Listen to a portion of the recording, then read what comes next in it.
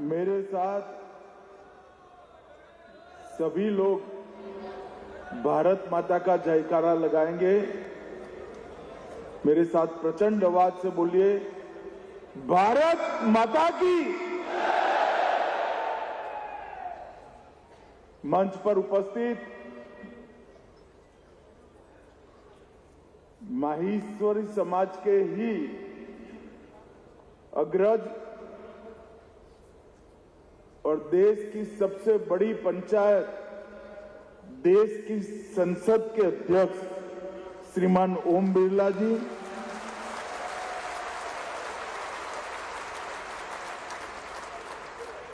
ये वीर भूमि राजस्थान के लोकप्रिय मुख्यमंत्री श्रीमान भजनलाल शर्मा जी, ये देश और दुनिया से पधारे हुए सारे माहेश्वरी बंधु भगिनी जहां उपस्थित है, वो जोधपुर नगरी के सांसद और मेरे साथी मंत्री श्रीमान गजेंद्र सिंह शेखावत जी, जिनके निमंत्रण पर मैं आज यहां पर इस कार्यक्रम में आया हूं, अखिल भारतीय माहेश्वरी महासभा के सभापति श्रीमान संदीप काबरा जी, मंच पर बैठे हुए समाज के अनेक क्षेत्रों में महत्वपूर्ण योगदान करने वाले माहेश्वरी समाज के प्रतिनिधिगण, और आज कई देशों से और देश के हर प्रदेश से आए हुए माहेश्वरी समाज के सभी भाइयों बहनों को मेरा प्रणाम, राम राम।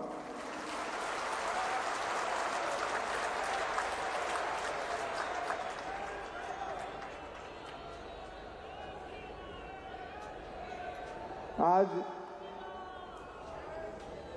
इस माहेश्वरी महाकुंभ में आप सभी के सामने उपस्थित होकर मुझे बहुत हर्ष और गर्व की अनुभूति होती है, क्योंकि आज मैं उस समाज के सामने उपस्थित हूं जो समाज ने कई वर्षों से इस देश को सिर्फ देने का ही काम किया है।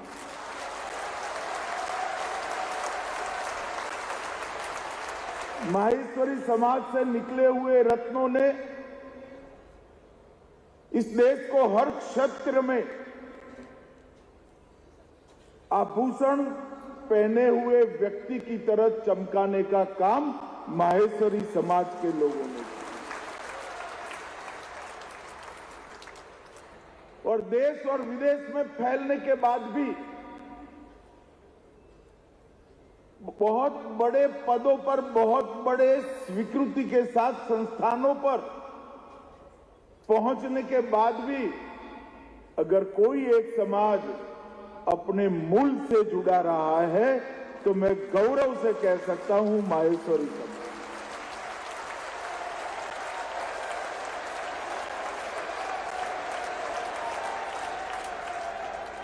इस समाज ने देश को जब जिस प्रकार की जरूरत पड़ी उस प्रकार से देश के सामने अपने आप को प्रस्तुत किया है। जब मुगलों के साथ लड़ते थे तब लड़ने वाले राजे महाराजों के युद्ध के खजाने ही माहेश्वरी समाज ने भरने का काम किया। जब अंग्रेजों के सामने लड़ते थे तो महात्मा गांधी की लड़ाई का,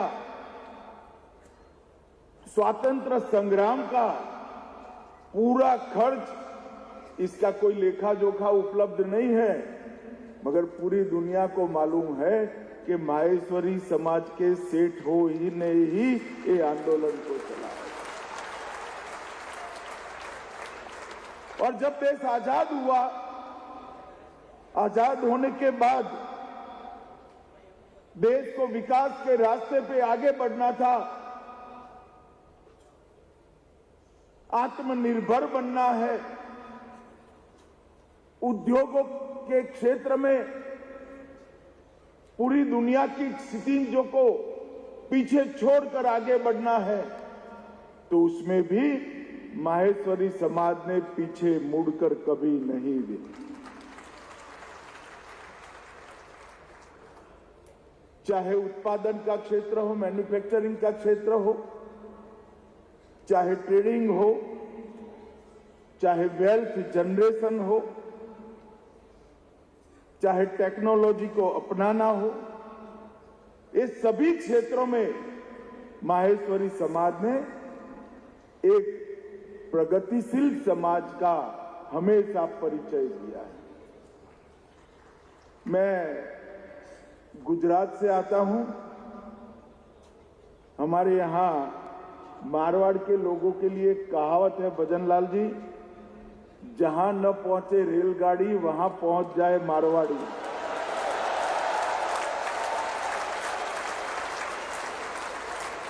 हर क्षेत्र में दुनिया के कोने कोने में फैलकर माहेश्वरी समाज राजस्थान और भारत तीनों को जीवित रखने का काम माहेश्वरी समाज ने। जब समाजों के आयोजन होते हैं तो कई प्रगतिशील लोग इसमें जाने का एक प्रकार से टीका टिप्पणी करते थे। मैंने बहुत ऐसी टीका टिप्पणियों को झेला है, मगर मैं मानता हूं कि हमारे यहां समाजों की रचना, समाजों के संगठन और समाजों के इस प्रकार के महाकुंभ ये भारत को मजबूत करते हैं, कभी भारत को विघटित नहीं करते। अगर हर समाज अपने समाज के गरीब व्यक्ति की देखभाल स्वयं कर ले तो पूरे भारत की देखभाल अपने आप हो जाती है। अगर हर समाज आत्मनिर्भर बन जाए तो पूरा भारत आत्मनिर्भर बन जाता है। और मैं जानबूझकर भारत माता की जयकारा लगाया। जय महेश से बड़ा जयकारा भारत माता की जय का ये माहेश्वरी समाज में लगा। हमारे समाजों ने कभी देश को विघटित नहीं किया। ये संकुचितता का द्योतक नहीं है, ये संगठन का द्योतक है। और संगठन से बनी हुई शक्ति न केवल समाज, देश के लिए भी बहुत उपयोगी होती है। आप जब 135 साल पूरा कर रहे हैं, इसीलिए भारत सरकार ने आपके इस पुरुषार्थ के लिए डाक टिकट भी जारी किया है।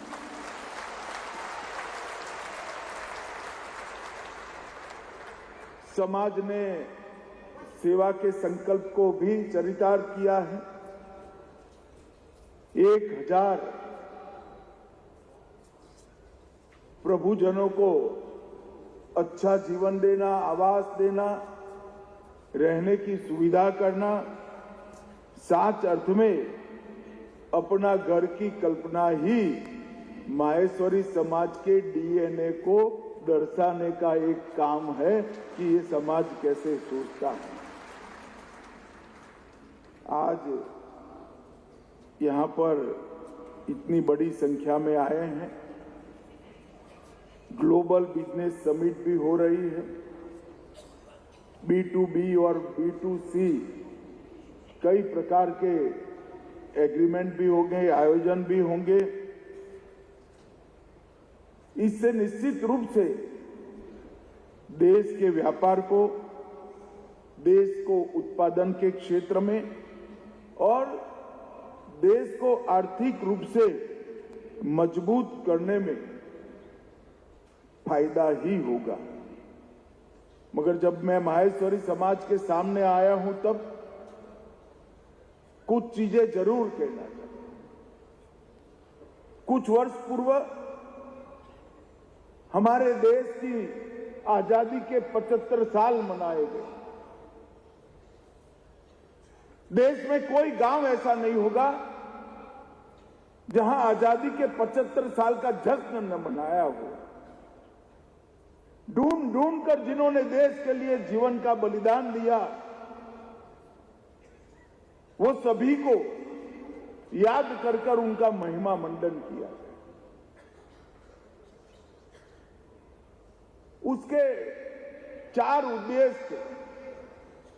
पहला उद्देश्य था हमारी युवा पीढ़ी को, हमारे किशोरों को 1857 से लेकर 1947 तक के आजादी के महासंग्राम से परिचित कराना और हमारे स्वतंत्रता सेनानियों का परिचय, उनका गौरव उनके मन में प्रस्थापित हो।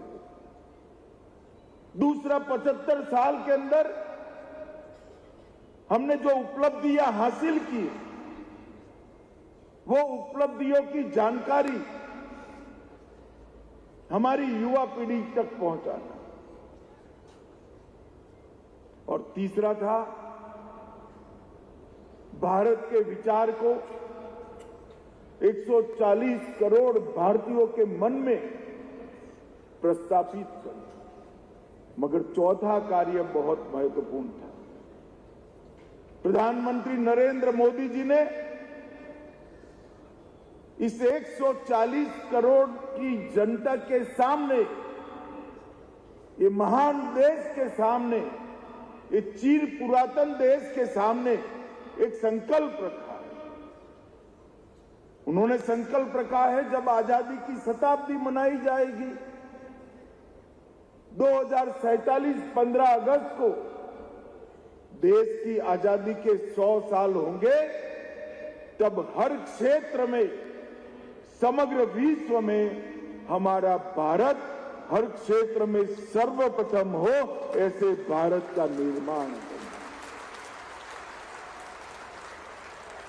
और देखते देखते देश के प्रधानमंत्री के मन से, मुंह से निकली हुई ये बात, ये संकल्प 140 करोड़ भारतीयों का संकल्प बन गया।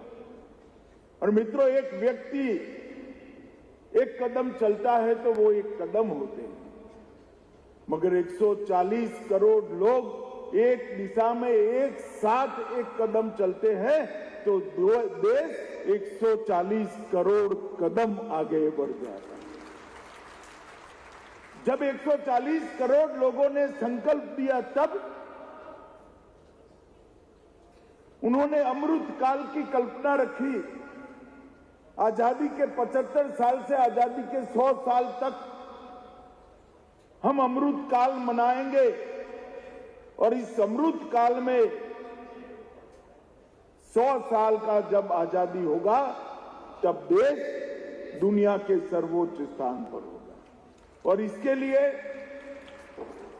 इन्होंने कुछ चीजें हम सब के लिए कही।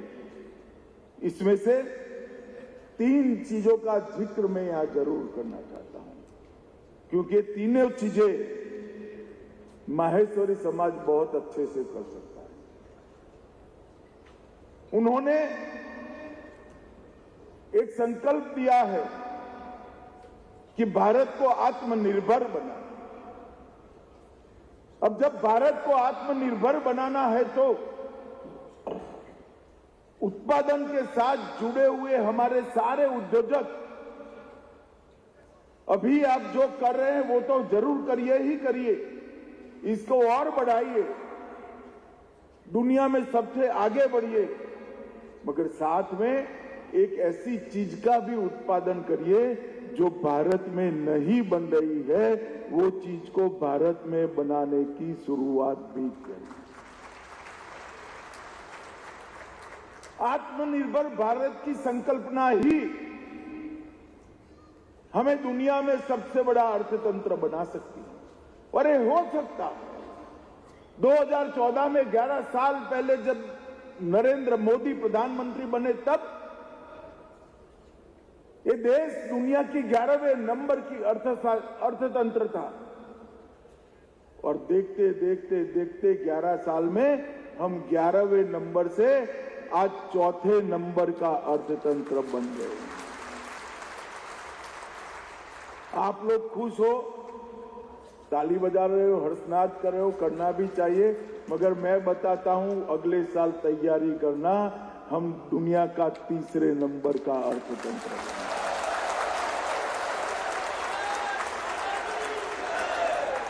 अगर हमने सर्वोच्च स्थान पर पहुंचना है तो आत्मनिर्भर भारत एकमात्र विकल्प, और आत्मनिर्भर भारत को सफल करने के लिए दूसरा एक सूत्र है स्वदेशी का। मेरा सभी लोगों से आग्रह है कि जितना हो उतना स्वदेशी चीजों का उपयोग करने का हम आग्रह करें। हर ट्रेडर ये तय कर ले कि मेरे देश में बनी हुई चीजें हैं तो मैं उसी का व्यापार करूंगा। मित्रों, ये स्वदेशी ही आत्मनिर्भर का दूसरा पहलू है। और स्वदेशी के साथ साथ स्वभाषा, ढेर सारे युवा मेरे सामने बैठे हैं, अभिभावक भी बैठे हैं। मेरा आग्रह है, दुनिया में प्रगति के लिए जो भाषा बोलनी पड़े बोलिए, जो भाषा सीखनी पड़े सीखिए। बोलने के लिए, सीखने के लिए जितनी भाषाएं सीखेंगे कोई विरोध नहीं है, मगर घर में बच्चों के साथ मारवाड़ी और हिंदी में ही बोलिए।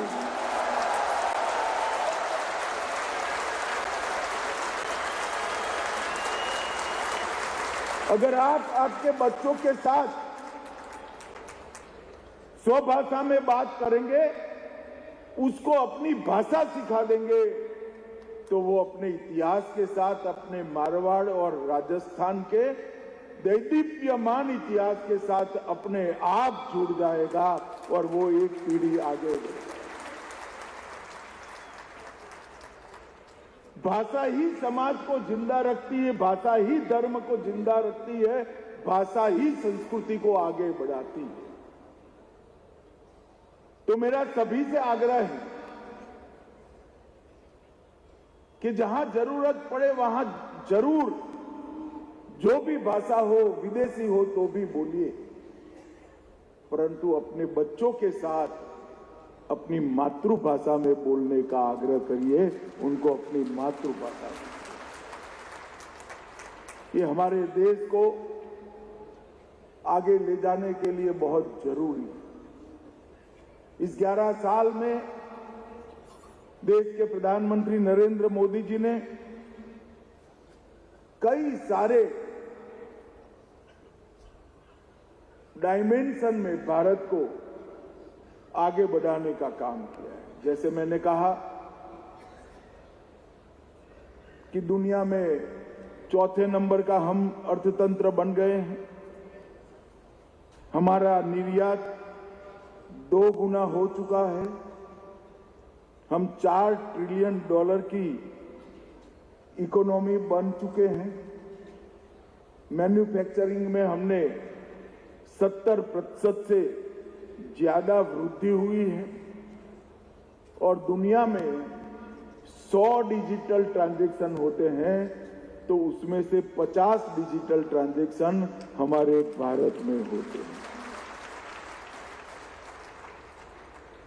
मोबाइल के क्षेत्र में हम दुनिया के दूसरे नंबर का उत्पादक बने हैं।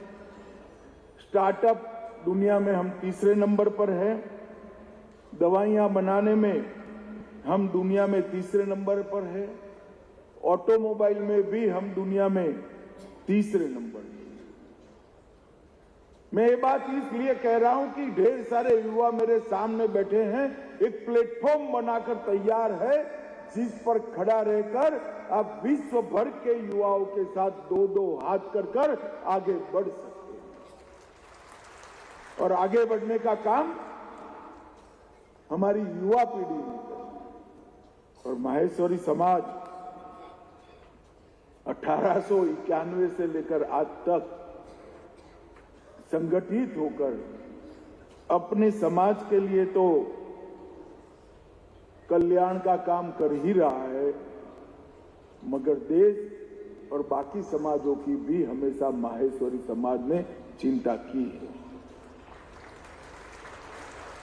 और एक ही समाज है जिसके हाथ में तलवार भी अच्छी लगती है और तराजू भी अच्छा लगता है।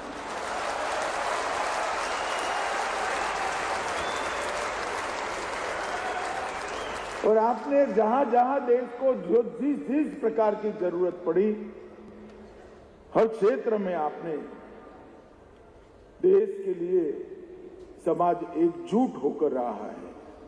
स्वतंत्रता सेनानियों की सूची गिनाने जाएंगे तो थक जाएंगे। इस समाज ने दिए हुए भामाशाहों का सूची बनाएंगे तो कई पृष्ठ भर जाएंगे। और इस समाज ने अपने मूल को पकड़कर रखने के लिए जो किया है, उसका जोड़ भारत के किसी समाज में नहीं मिल सकता। इतना अच्छा काम आप लोगों ने किया है। अभी राम मंदिर बन चुका, 550 साल के बाद रामलल्ला अपने भव्य मंदिर में विराजमान हुए।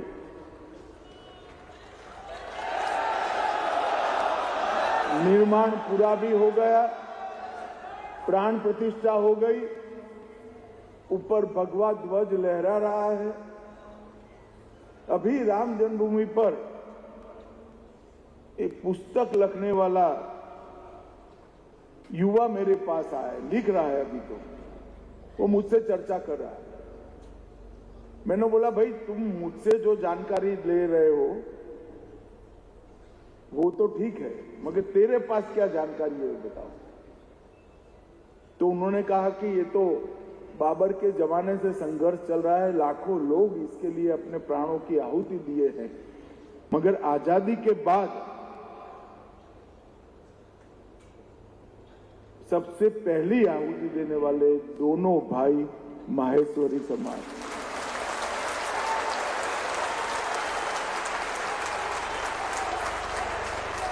तो इस देश के सांस्कृतिक पुनर्जागरण में भी माहेश्वरी समाज का बलिदान और योगदान बहुत बड़ा है। मैं आज इस मंच के माध्यम से माहेश्वरी समाज के युवाओं का आह्वान करने आया हूं कि देश को आत्मनिर्भर बनाने में आपका योगदान होना चाहिए। स्वदेशी आपके जीवन का मंत्र होना चाहिए और स्वभाषा हमारे व्यवहार में आनी चाहिए। माहेश्वरी समाज हमेशा से जॉब सीकर नहीं रहा है, माहेश्वरी समाज जॉब क्रिएटर रहा है, नौकरी देने वाला। ईश्वर करे ये समाज इसी प्रकार से सदियों तक देश की सेवा करता रहे। आप सभी लोग इसी प्रकार की एकजुटता के साथ समाज को संगठित रखिए और संगठन की शक्ति को भारत माता के वैभव के लिए उपयोग करिए। यही मेरी आप सबसे अभ्यर्थना है। आज मुझे यहाँ बुलाकर आप सबसे मिलने का मौका देने के लिए काबरा जी और पूरी समिति का बहुत बहुत धन्यवाद। वंदे मातरम।